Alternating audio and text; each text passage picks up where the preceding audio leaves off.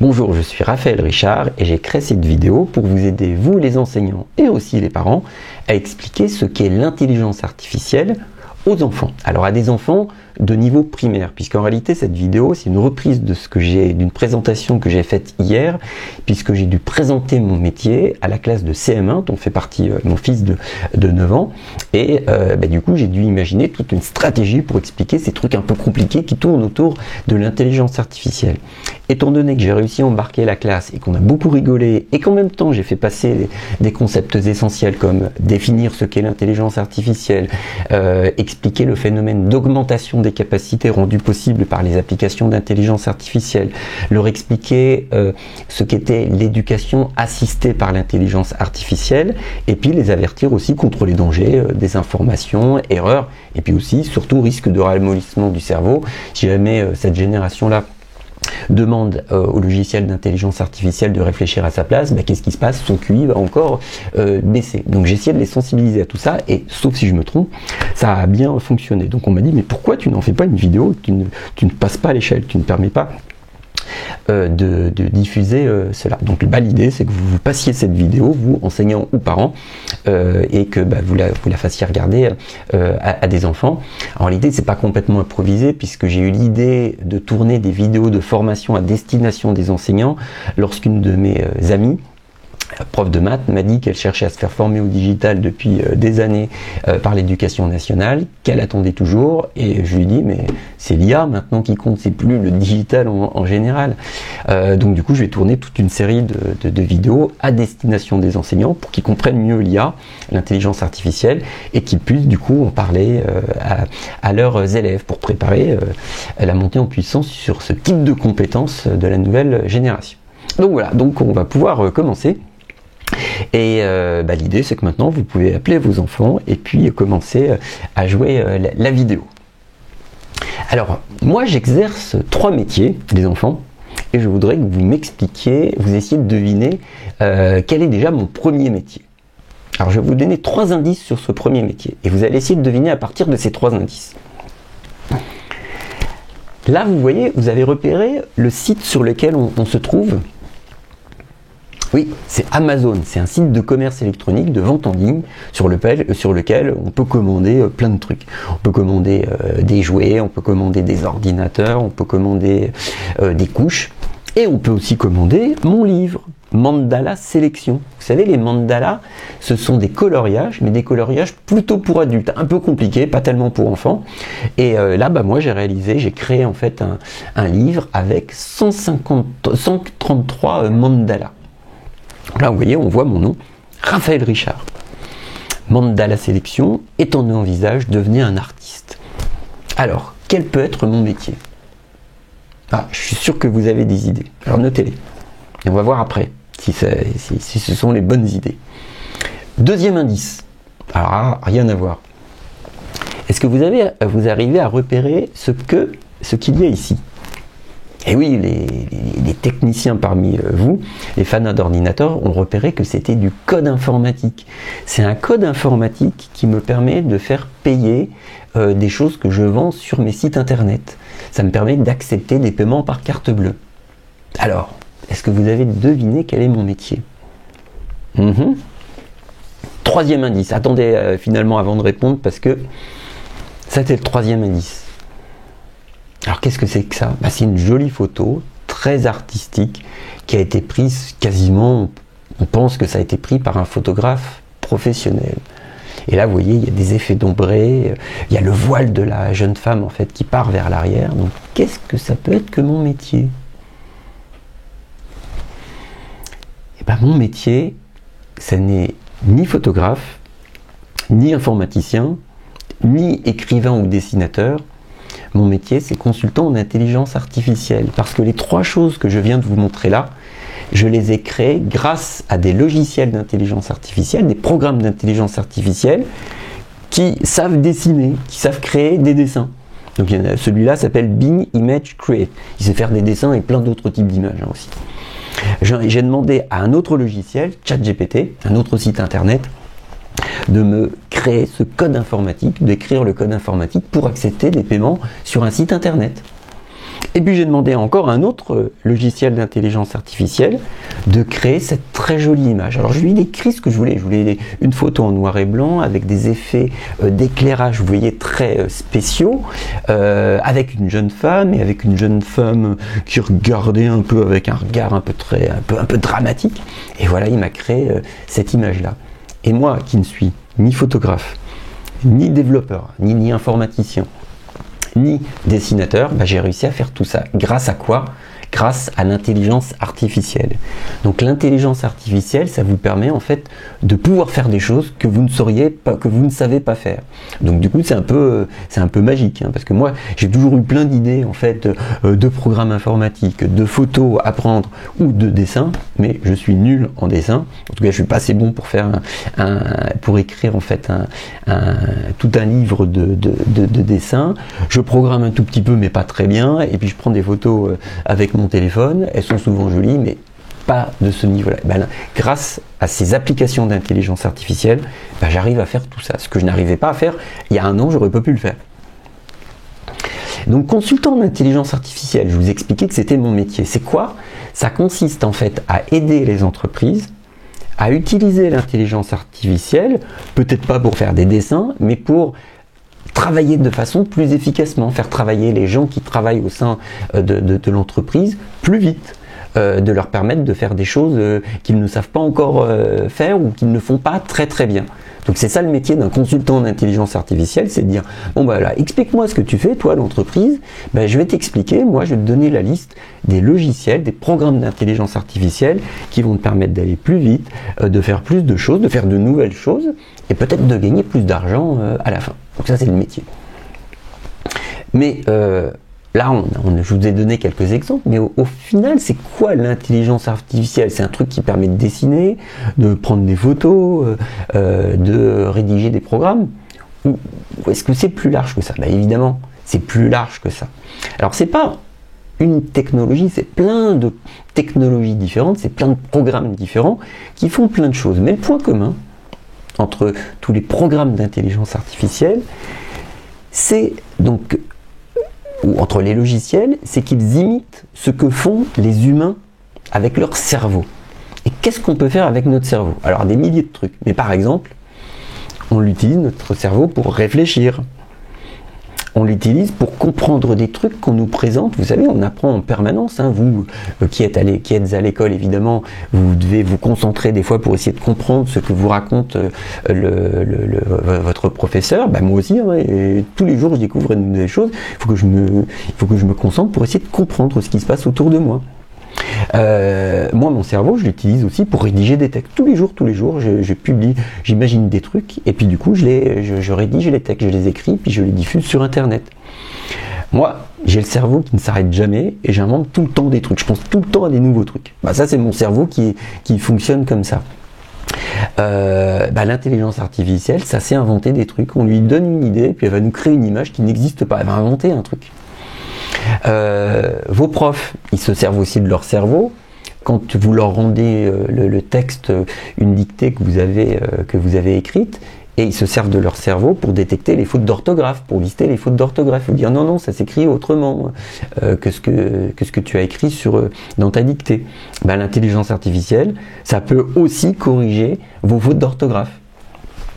Et puis l'intelligence artificielle, ça peut aussi parler. Ça peut vous écouter, analyser ce que vous dites, comprendre ce que vous lui demandez, et ensuite vous répondre avec de la voix. Donc ça sait aussi parler. Alors je vais vous donner quelques exemples concrets, juste après avoir fait un parallèle avec ce que vous permet une voiture, pour bien comprendre vraiment l'apport de l'intelligence artificielle, à quoi ça va nous servir.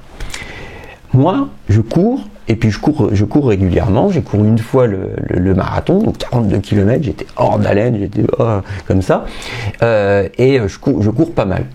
Mais quand je cours vite, j'arrive à courir à peu près à 25 km/h. C'est un peu comme quand vous allez très très très vite en vélo. Moi, j'arrive à courir à cette vitesse-là. Et une voiture, ça va à quelle vitesse? Vous savez ça à peu près. Ça peut aller à 100, ça peut aller à 150, ça peut aller à 200, à 250. Et moi, je n'arriverai jamais à faire ça. Et bien pourtant, alors que je n'arrive pas à courir à 250 km/h, si je prends une bonne voiture de course, j'arrive à courir avec la voiture à 250 km/h. Alors je ne cours pas, hein, c'est la voiture qui roule à ma place, mais voilà. Et bien l'intelligence artificielle, c'est pareil. Vous savez faire un certain truc, un certain nombre de choses avec votre cerveau, et bien ça vous permet d'aller plus vite pour faire ces choses, ou ça vous permet de faire des choses que vous ne sauriez pas. Ça nous donne, c'est un peu comme si ça nous donnait des super pouvoirs. Le super pouvoir de dessiner, le super pouvoir de prendre de jolies photos, le super pouvoir en fait d'écrire des programmes informatiques. Voilà, ça c'est l'intelligence artificielle, c'est des sortes de super pouvoirs qu'on donne non pas à nos jambes, comme la voiture qui me permet d'aller plus vite, mais à notre cerveau. Alors je vais vous donner un exemple rigolo, c'est que l'intelligence artificielle, vous pouvez l'utiliser pour parler une autre langue. Alors là, je vais lui donner une phrase et je vais lui demander de la traduire au chinois. Je m'appelle Raphaël Richard et je suis très content de vous faire cette présentation sur l'intelligence artificielle. 我叫拉斐尔·理查德，我很高兴给你这个关于人工智能的演讲。 Et voilà, c'est comme si j'avais parlé en chinois. Sauf qu'en fait, évidemment, vous avez deviné que c'était une application d'intelligence artificielle de mon téléphone. Vous allez de temps en temps sur YouTube et vous avez remarqué que sous les vidéos YouTube, des fois vous aviez des sous-titres. Il y a le texte qui s'affiche tout en bas de l'écran. Donc là, la personne est en train de dire « Salut à tous, et c'est Olivier, aujourd'hui, je t'explique comment on fait pour faire ceci, faire cela ». Et bien ça, c'est aussi un logiciel d'intelligence artificielle qui va écouter sa voix, écouter ce que dit la personne qui est sur la vidéo, et ensuite qui va traduire ça en texte et qui va sous-titrer automatiquement la vidéo. C'est pas lui qui a mis le texte en dessous. On peut l'utiliser aussi, l'intelligence artificielle, même pour faire disparaître des objets. Là, vous voyez, c'est une photo de l'un de mes fils quand il avait 3 ans. Donc maintenant, il est plus grand. Et là, vous voyez ce qu'il a autour de la bouche, c'est de la glace, parce qu'il a un cornet, il est en train de manger une cornet de glace, il était trop mignon, et j'ai pris une photo pour cette raison-là. Donc ça, c'est la vraie photo, c'est vraiment ce qui s'est passé. Il s'était mis plein de trucs là autour de la bouche, avec son cornet de glace. Et bien, juste avant de préparer cette vidéo, qu'est-ce que j'ai fait? J'ai demandé à un logiciel d'intelligence artificielle de faire disparaître la glace. Avec la glace, ça c'est la vérité, sans la glace. Et là, vous voyez que l'intelligence artificielle, ça nous permet aussi de créer, de corriger des photos. Donc ça veut dire que maintenant, quand vous allez voir des photos sur Internet ou à la télévision, est-ce que vous saurez si c'est la réalité qui vous est présentée dans la photo, ou est-ce qu'il y a quelqu'un qui utilise l'intelligence artificielle pour effacer un truc, ou pour en ajouter? Parce qu'on peut aussi ajouter des nouvelles choses, inventer des choses qui n'existent pas. Là, vous voyez, par exemple, hop, là, vous voyez, c'est mon fils, mais qui a complètement été transformé. D'ailleurs, vous voyez que sur la vraie photo, j'ai mis un bandeau noir parce qu'on ne doit jamais diffuser les photos de ses enfants sur Internet. On ne sait jamais qui va les récupérer. Il y a des logiciels qui parcourent Internet et qui aspirent toutes les photos des enfants, des adultes, etc. On ne sait pas ce qu'ils en font. Et puis il y a des gens même qui les récupèrent pour faire des trucs bizarres. Donc moi, je ne diffuse pas les photos de mes enfants. C'est pour ça que le vrai visage, là, vous ne le voyez pas. Là, ce que je vous montre, c'est le faux visage transformé par l'intelligence artificielle. Regardez, l'intelligence artificielle a décidé de lui augmenter ses lobes d'oreilles qui sont devenus énormes. Il n'a pas des lobes comme ça, hein, mon fils, il est normal. Il a des yeux là qui sont devenus un peu asiatiques, alors qu'avant c'était pas ça. Il a des belles dents qui sont toutes alignées, là bah non, elles partent dans tous les sens. Et puis lui, je lui ai appris à ne pas parler la bouche ouverte, alors que là vous voyez, il y a sa nourriture qui sort de sa bouche. Et puis en plus, ils ont même transformé, l'intelligence artificielle a même transformé son cornet de glace, qui n'est plus du tout celui d'origine. Donc c'est génial, c'est rigolo, on peut faire plein de trucs, mais attention, ça veut dire que vous, quand vous verrez des photos maintenant, on ne dira pas forcément qu'elles ont été transformées par l'intelligence artificielle, mais quand même, c'est possible, donc il faudra réfléchir à ça. Alors, l'intelligence artificielle, ça peut être utilisé de façon beaucoup plus sérieuse par vous pour vous aider dans votre travail scolaire. Un jour, ma fille, il y a 2 mois, vient me voir et elle me dit « Regarde, mon prof de SVT, il m'a donné en fait un exercice à faire. C'est quoi cet exercice? Cet exercice, c'est à partir de cette courbe-là, de ce graphique-là, je dois démontrer le fonctionnement, expliquer le fonctionnement de la teneur musculaire du glucose de réserve. Alors moi, je vous avoue que je suis passé par la 5e aussi, ma fille elle est en 5e, mais on m'avait jamais donné cet exercice-là à faire. Donc du coup, j'ai réfléchi, j'ai fini par trouver la solution, mais il a fallu vraiment que je me concentre. Imaginons que je n'ai pas été là, parce qu'on ne lui avait pas expliqué ce qu'était la teneur musculaire en glucose de réserve à ma fille. Son prof a un peu oublié de l'aider, enfin de la préparer. Qu'est-ce qu'elle aurait fait? Bah, du coup, sans adulte pour l'aider, ça aurait été un peu dur. Et ce qu'elle aurait pu faire, alors on a fait le test après, que je lui ai vraiment expliqué moi, mais on s'est dit, tiens, peut-être que ChatGPT, il aurait pu t'aider. Donc ChatGPT, c'est un logiciel d'intelligence artificielle. ChatGPT, c'est C-H-A-T GPT. Explique-moi, alors on lui a demandé, explique-moi comment on peut lui poser les questions comme on poserait à un être humain. Explique-moi comment utiliser un graphique intitulé teneur musculaire en glucose de réserve pour démontrer que les muscles utilisent du glucose. Donc ça, c'était le libellé de l'exercice. C'est l'exercice qu'on lui demandait de faire. Et bien, qu'est-ce qu'il nous a fait? Il a très très bien compris. Il nous a dit, bah écoute, 1, tu analyses les axes du graphique, donc ce qu'il y a ici, ce qu'il y a ici. 2, tu observes les variations au fil du temps, tu regardes la courbe. Ensuite, tu identifies les moments d'activité musculaire et tu comprends. Il faut que tu essayes de comprendre où sont les périodes de récupération. Alors, pour vous qui êtes en primaire, c'est peut-être un petit peu compliqué. Mais là, par rapport au niveau qu'elle avait, c'était suffisant. Donc, et c'est exactement ce que je lui avais expliqué. Donc, du coup, il a parfaitement su résoudre le problème. Mais j'avais quand même un tout petit doute. Qu'est-ce qu'était exactement la teneur musculaire en glucose de réserve? Vous savez, l'expression que je n'avais jamais entendue de ma vie. Je lui ai posé la question, qu'est-ce que c'est que la teneur musculaire en glucose de réserve? Et là, il me dit, la teneur musculaire en glucose fait référence à la quantité de glucose présente dans les muscles. Le glucose est un type de sucre, c'est comme du sucre, des morceaux de sucre, qui sert de source d'énergie primaire pour les cellules, y compris les cellules musculaires. La mesure de la teneur musculaire en glucose est pertinente dans le contexte de la physiologie musculaire, de la nutrition et du métabolisme. Vous savez ce que c'est que le métabolisme ou la physiologie musculaire? C'est un peu haut comme niveau quand on est en primaire. Et bien du coup, et même quand on est en 5e, c'était un peu compliqué pour ma fille. Donc du coup, qu'est-ce qu'on lui a dit? On lui a dit, je suis un élève de 5e, réexplique-moi, tu me réexpliques ce que c'est la teneur musculaire en glucose de réserve, mais avec des mots que j'arrive à comprendre moi, vu mon niveau et mon âge.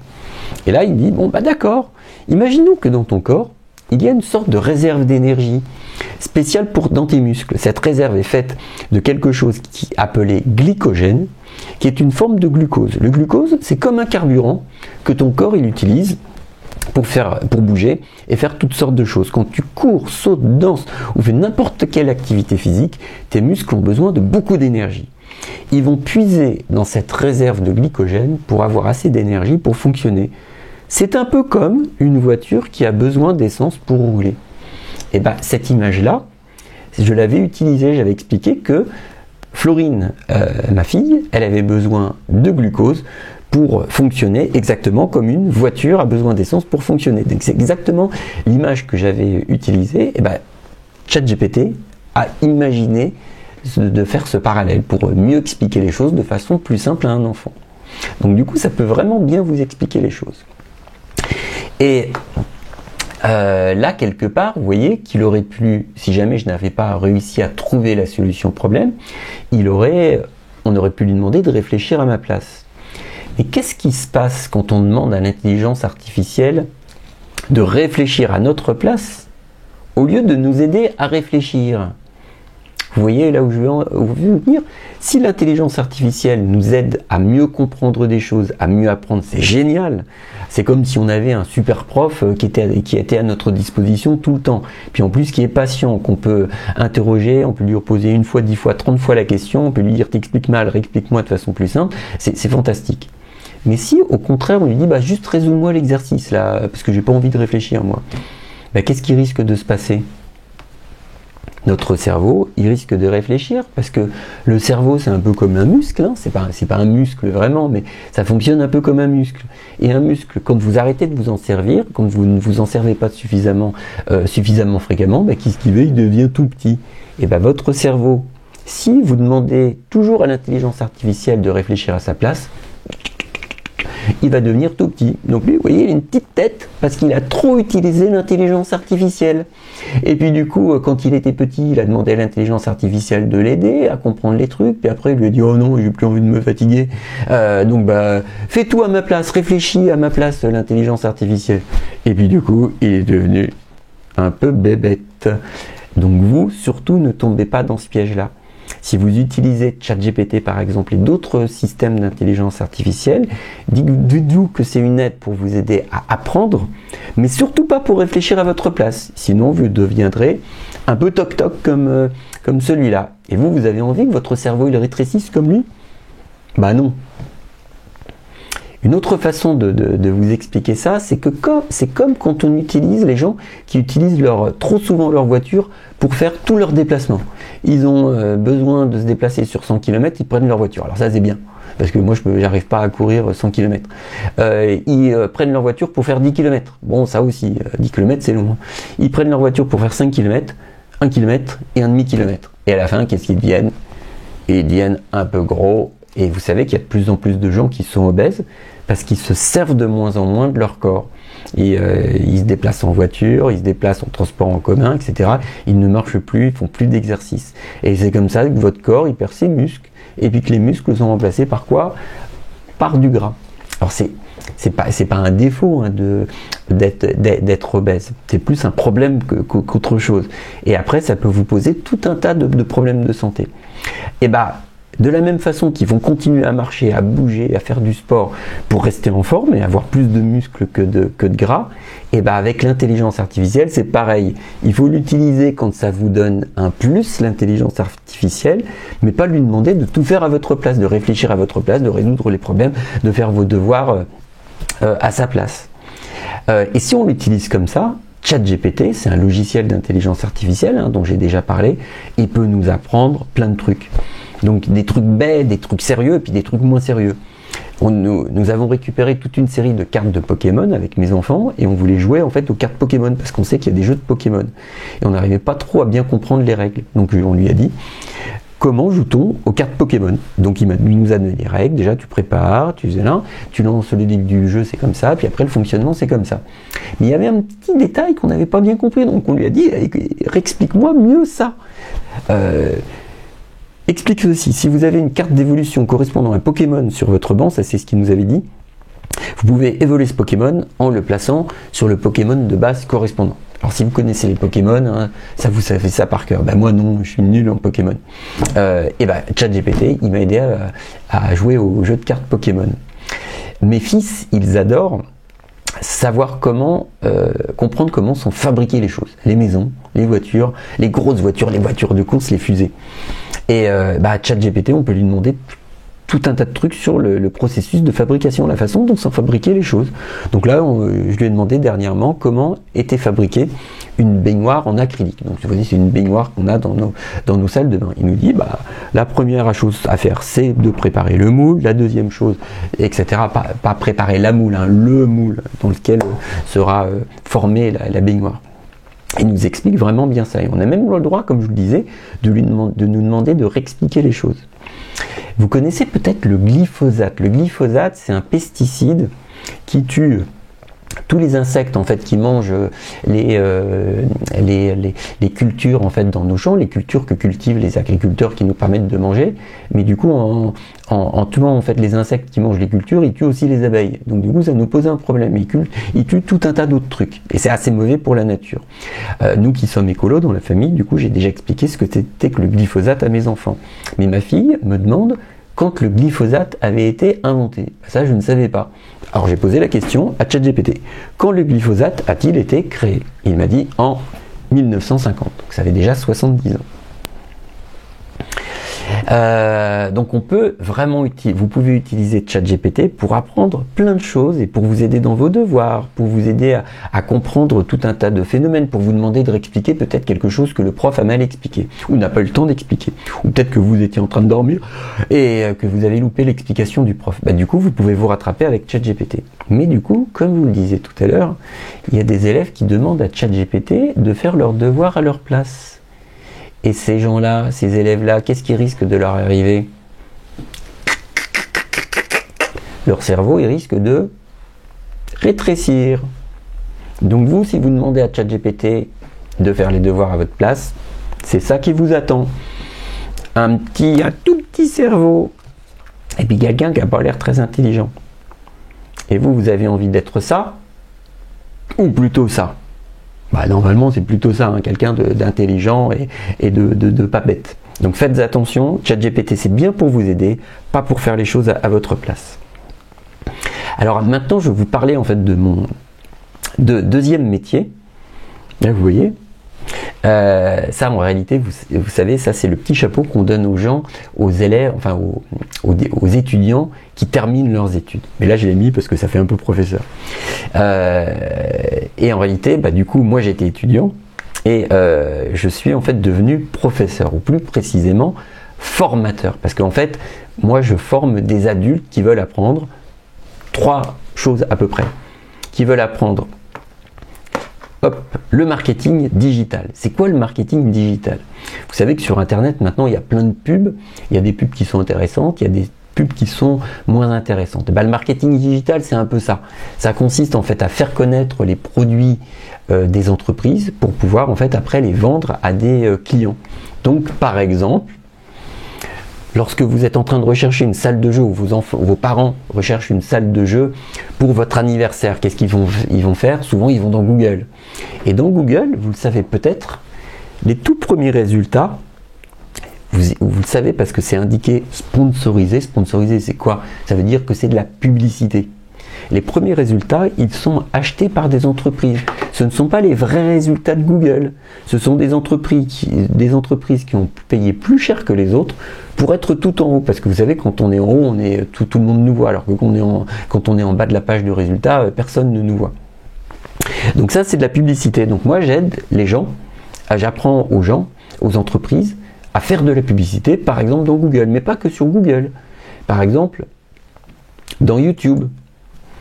Vous savez aussi, pareil, dans YouTube, vous tapez un mot, par exemple, les meilleurs jeux vidéo de 2024, et puis là, il y a les vrais résultats, et là, il y a les résultats de la publicité. Ça, pareil, ce sont des campagnes publicitaires que j'apprends aux entreprises à gérer. Et des façons de se faire connaître sur Internet, il y en a plein d'autres, et ça, tout ça, ça s'appelle le marketing digital. Alors, ensuite, j'enseigne aussi d'autres choses, comme par exemple, la création de sites. Donc vous savez en fait que toutes les entreprises maintenant ont un site et il y a même en fait des influenceurs, il y a des blogueurs qui créent leur propre site. C'est pas super compliqué mais un petit peu quand même. Donc moi je leur explique en fait comment créer leur site.